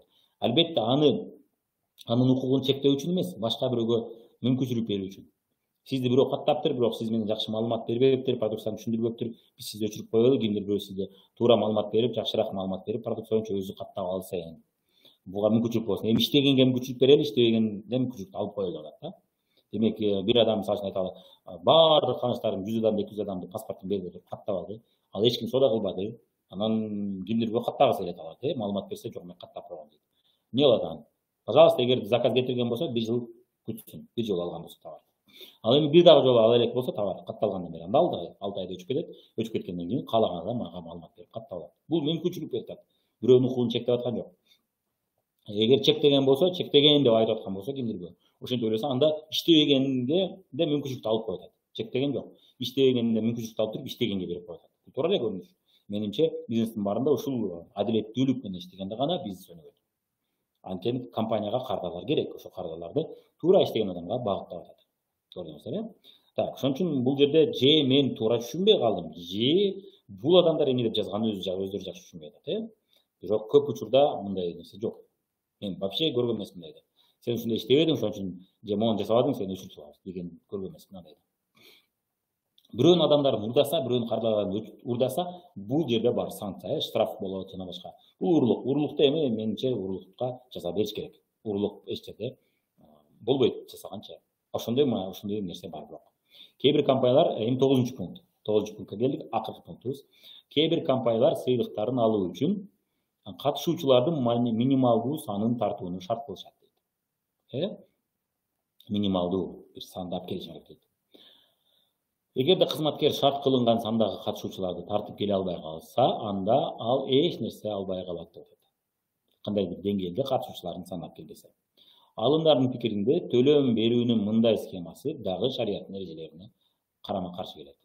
Демек, эгерде кимдир бирөө сатуучу ишине келсе, ал белгилүү бир көлөмдө сатуу ишин жасабаса, ал өзүнүн айлыгын актабаса, аренда жана башкалар чыгаша чыкпаса, кечирип биз башка адам албасак болбойт десе, эгерде эми баардык жерде кризис болуп атса, аны айдаган туура эмес. Бирок кризис болбой эле башка сатуучулар жакшы сатып, бул жакшы сатпай атса, Албетте мен тармактык маркетингди айтпай атам, кадимки бизнесте. Бул кадимки бизнеске да тиешеси бар бул нерсе. Анан иштен алып койсо бул арам деп атат алымдардын чечими. Адамдардын пикири ушундай деп атат да. Анда бул арам деп атат. Эгер ал ишин жакшы жасай албаса, ал кала берсин жумушунда деп атат. Анткени ал укугун чектөө. Эми адам өз ишин жасабаса, жасагысы келбесе, анда аны эмне кылабыз? Кармап отура беребиз анда жөн айдап отуруп. Анда жөн элдин баарын жумушка чакырып алалы дагы төлөй беребиз. Товарыбыз кымбаттап кетсин. Анан кийин дагы башка жагынан арам деген сөзгө ээ бололу. Негизинен тармактык маркетингде мен мындай нерсени көрүп элемин. Бирок соода ишинде, торговый агенттердин, соода агенттердин ишинде бул нерсе бар. Ошол жактан алган окшойт, билбейм. Ошол минималдык санын тартып келүү. Бирок Unilevel'de бар болушу мүмкүн. Unilevel деген маркетинг планынын түрү бар, ошол жерде бар болушу мүмкүн. Классикада андай жок. Минималдык ушунча адам чакырып кел деген нерсе жок да. Так. Адам санына карабайт бул жерде. Биз канча адам чакырып келиш керек деп кээ бирлер сурайт. Канча көп болсо ушунчалык жакшы. Болгону минимум 2 бутак болгондо ошондо сиз киреше деп айтабыз. Ооба. 2 бутак, 2 адам эмес. 2 бутак бул деген 2 бутак бардык бизнесте бар. Мен буга чейин сулуу салондо мисалында көрсөтүп келгем. Бир эле мастериңиз күчтүү иштеп, башка мастериңиз жакшы иштей албаса, сиз арендаңыз чыкпайт. Ушундай да. Бул магазин, дүкөндөрдө деле ушундай. Мисалы үчүн бир дүкөнүңүз жакшы иштеп, калган дүкөндөрүң жакшы иштебесе, эч болбосо, сиз эле жок, калган 4-төөнү жабышыңыз керек болот. Неге дегенде өзүн өзү актабаса, кечке эле биринчи дүкөнүңүз эми көп жылдан бери. Анан жаңы дүкөн ачылганда албетте ал 1 жыл, 2 жыл киреше бербейт жакшычы. Мисалы азыр биз свадебный той салонуна чыкканбыз, 2 жылдан бери жакшы чыга элекпиз да. Кирешеге чыга элекпиз, жакшы кирешегечи. Бул бизнестин өзүнүн талабы, өзүнүн убактысы бар. Раскруткага убакыт кетет. Кризиске байланыштуу уже 2 жылдан бери, 2 жыл болду, чыга элекпиз. Кризис жок болгондо 1 жылда чыксак керек эле, 1 жыл, 1 жарым жылда, бирок чыга элекпиз. Мына бул бизнестин мыйзамы. Ошон үчүн ал нерсе актабай атса деле адамдар жөн эле кармап отура берет. Эгерде 5 бизнесиңиз бар болсо, 5 бизнесиңиз 4-төгө көп жылдан бери пайда бербесе, анда жабасыз. Жөн убактыңыз алат, кирешеңизди кармайт. Ошон үчүн андан көрө ал акчаны мен бияка киргизейин дейсиз. Ошол. Тармактык маркетингде Unilevel'de болушу мүмкүн, 3 киши деген болушу мүмкүн. Бинарда 2 кишиге 2 киши деп айтылат. Ошондой. Бирок минимум 2 киши алып кел дейт, калган дагы балган команда менен иштесең, анан ошол жерге киреше түшөт деп атат. Бирок минимум ушунча киши алып кел деген нерсе бинарда болушу мүмкүн, цикл жапкан жерде болушу мүмкүн, анан Unilevel'de болушу мүмкүн. Классикада ал нерсе жок. Ошон үчүн бул жерде карап коюш керек. Смотря эмнени айтып атышат да булар. Дагы тактап буну албетте бетме-бет сүйлөш керек. Сен эмнени айтып атасыңар? Бирок соода агенттеринде бар. Кадимки бизнестерде бар. Аны да карамдып чыгарыңыздар. Урматтуу дин башкармалыгы, себеби бул соода агенттеринде бар. Бирок мен аны туура көрөм. Иштеген адамга мүмкүнчүлүк бериш керек, иштеген адамды коштошуш керек. Ошол өзүнүн ишин. Анан ай сайын план көтөрө берген компаниялар бар. Бар аны нерсе. Жада калса салык инспекциясында көтөрөт планды. Ишенбесеңиз сурап көрүңүздөр. Мамлекет ар 2 жылда кошуп турат. Мурунку жылга караганда быйыл көбүрөөк салык топтоого деп план коет. Эми бул албетте адамдар, пенсионер барган сайын көбөйүп барат. Мектептер көбөйүп барат. Ошон үчүн бул муктаждык. Аны укугун чектөө үчүн эмес. Ошо кээ бир компанияларда тармактык маркетинг эмес, кадимки маркетингде план кошуп турат. Бар нерсе бар. Бирок тармактык маркетингде мен жыл сайын план кошконду уккан эмесмин, көргөн да эмесмин андайлычы. Ушунча былтыр ушунча соода кылат элең, ошол эле кирешени алыш үчүн сен эмки жылы ушунча соода кыл деген нерсе жок. Адам өзү көбүрөөк киреше көргүсү келсе, мурункудан көбүрөөк соода кылганга умтулат. Жок, мага ушу жетет десе, кыймылдабай, азыраак кыймылдап, чуркап кыймылдабастан, жайдары кыймылдап, спокойно кыймылдап, ошо мурунку кирешесин көрө берет. Бул адамдын өзүнүн тандоосу. Анткени дегенде бул өзүбүздүн бизнесибиз. Так, анан могул жерде мен сүрөт коюп койдум, мына тармактык маркетинг менен каржы пирамидасынын айырмасы мына. Көрүп сүрөт тартып алсаңыздар болот. Кийинки пункт, так. Фабрикте мындай көрүнүш жок, киреше жаңы адамдар келген үчүн эмес, соодага жараша төлөнөт. Айтып кеттик муну. Соода көп болгон сайын көбүрөөк киреше төлөнөт, процент төлөнөт. Бирок минимум ушунча алып кел деген нерсе жок. Эми негизинен менин сабагым бүттү. Бизнестин бардык түрү арам деген видеону көрүп койсоңуздар болот. 3-4 адамдын кирешесинен соода түшсө, киреше түшсө, соодасынан 3-4 адамдын соодасынан киреше акча түшсө болсо, анда арам деген сөз бар, ошого жооп. Ал сөзгө таянсак, бизнестин бардык түрү арам. Мен буга чейин да көрсөтүп кеттим, канча пункттар бул жерде айтып кеттик, башка бизнесте да бар. Андаларды да арам десеңиздер, биз кошулабыз. Значит, алымдардын пикири эми адилеттүү болду, макул кошулабыз дейбиз. Азыр адилетсиз, башка бизнесте бар, аны унчукпай атасыздар, бул бизнесте бар болсо арам деп коесуздар. Бул анда адилеттүү эмес. Же болбосо сиздер адашып атасыздар. Экөөнүн бирөөсү. ошондой туралар же биз адаштык деп туруп пикириңиздерди оңдошуңуздар керек. Карап дагы кайрадан карап изилдеп чыгышыңыздар керек. Адашып окшойбуз деп изилдешиңиздер керек. Болбосо анда бардык бизнес арам деп коюңуздар. Түшүнөбүз. Болду, алымдардын пикири боюнча демек реклама ишин ким кайсы компания жасаса, кайсы шоро жасайбы, бардык арам деп түшүнөбүз. Аны реклама ишинде иштегендер арам иш жасап атасыңар дейбиз. Анда түшүнүктүү. Ооба, реклама иши бардык реклама жарыя иштери бул арам дейбиз. Негизинен болду. Мына эми кийинки мына бул кыска варианты, эми мына узун варианты. Экөөнүн каалаганын көрсөңүздөр болот. Анда эмесе Алла жолунда болуңуздарды каалап кетебиз сиздерге. Жана албетте бул темада кимдир бирөө сиздерге бул арам десе, суроо бериңиздер. Мен дайым суроо берем.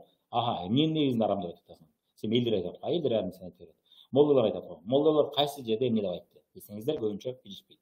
Анда мен сага айтып берейин дейсиз. Демек ал адамдын көзүндө сиз эксперт болсоңуз, ал сизди уже уга баштайт.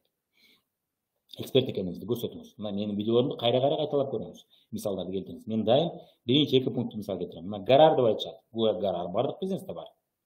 Эгерде кумарды айтып аткан болсо, ал мындай анча-мынча болуп калат пешене. Бирок 90% учурда ал жок тармактык маркетингде. И кадимки бизнесте 90% учурда ал жок, 10% учурда бар. Кандай? Ата-энеси бай болуп, анын колуна бизнес өтүп калышы мүмкүн. Бул да кумар катары, же башка баласына өтүшү мүмкүн. Аны ошол даяга келди.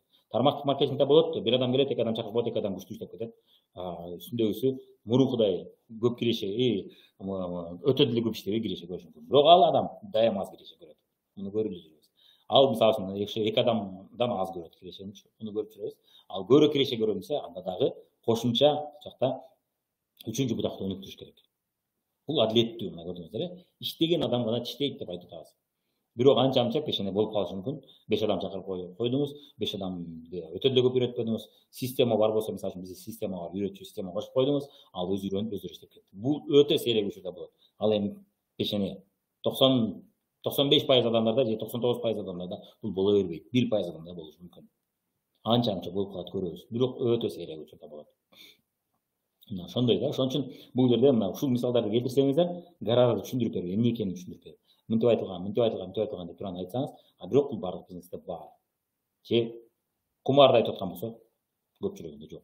Тармактык маркетингде жок. Өтө сейрек учурда болуп калышы мүмкүн. Эми эмне 100 адамдын бирөөсү жазса, 100 адамды дагы тыюу салып коебузбу? Бул кызыктай көрүнүш болуп атат, Айталы 100 адам адал иштеп атса, жерден бир адам арам иштесе, болду силердин бардыгыңар арам иш жасап атасыңар деген бул адилетсиз бул. Бул билими жоктук же сабатсыз сөздөр. Ошол сабатсыз сөздөрдү кандай дейсиң деген ойлонуп калат.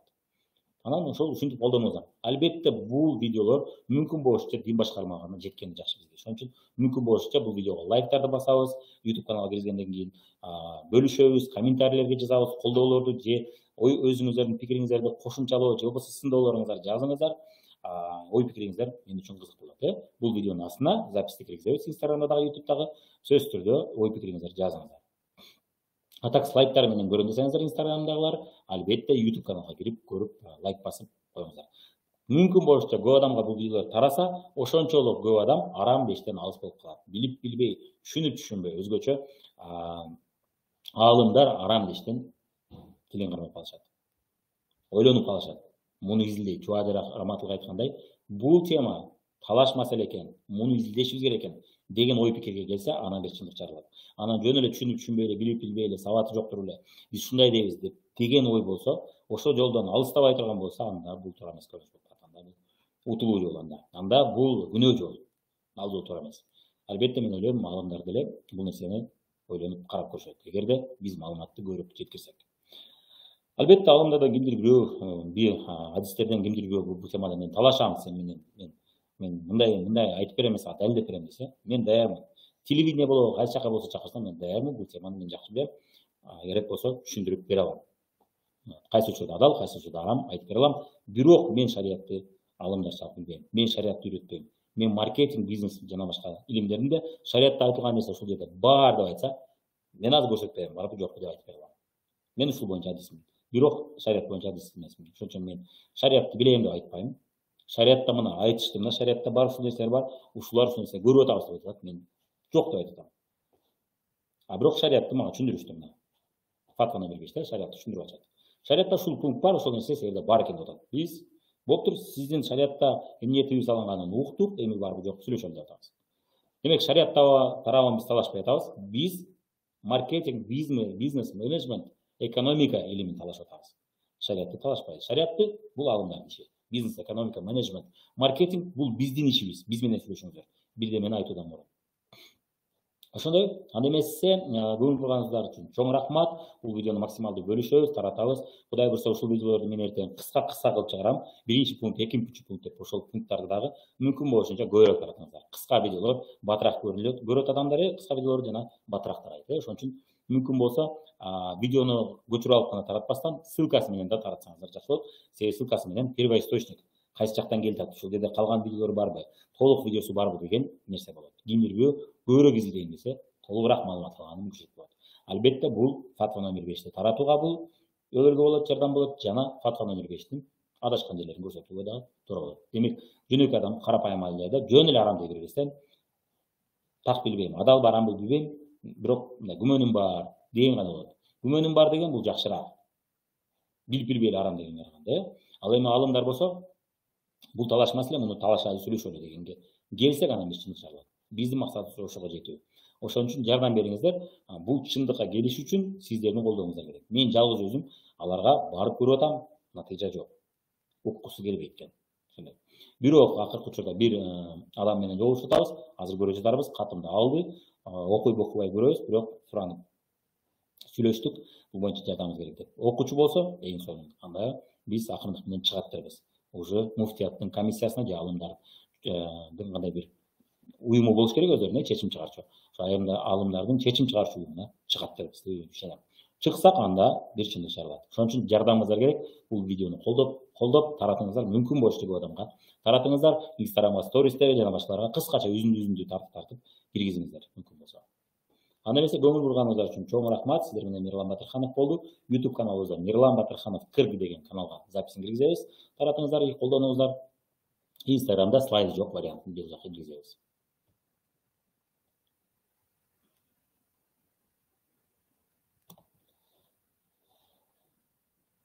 Башка суроолоруңуздар болсо бериңиздер. Мен записти бүтүрдүм. Суроолоруңуздар берсе бериңиздер.